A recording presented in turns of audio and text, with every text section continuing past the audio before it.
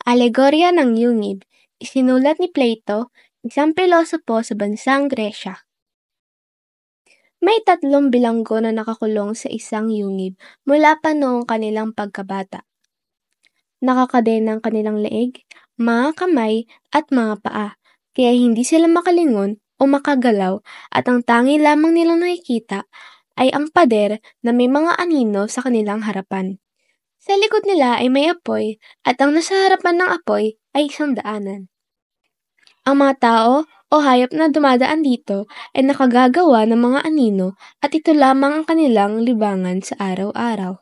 Para sa kanila, ang mga aninong ito ay realidad. Hindi nila alam na may iba pang mundo sa labas ng yungib. Isang araw, may isang bilanggo na nakalaya at nakalabas ng yungib. Pagkalabas niya ay liwanag ang bumungad sa kanya na naging dahilan ng pagkasilaw at pagkasakit ng kanyang mga mata. Noong nasanay ang kanyang mga mata sa liwanag, nakita niya na ang tunay na mundo. Naglibot siya at nakita niya ang mga halaman, puno at hayop.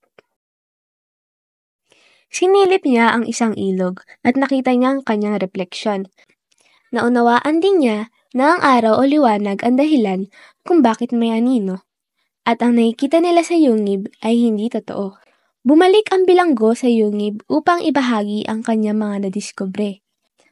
Gusto niyang ibahagi na may totoong hayop, halaman, at marami pang ibang bagay. At ang anino na kanilang nakikita sa araw-araw ay hindi totoong realidad. Hindi ito pinaniwalaan ng mga kapwa niya bilanggo. Sinabi nila na ang mga aninong ito ay ang kanilang realidad. Ito ang realidad na alam nila.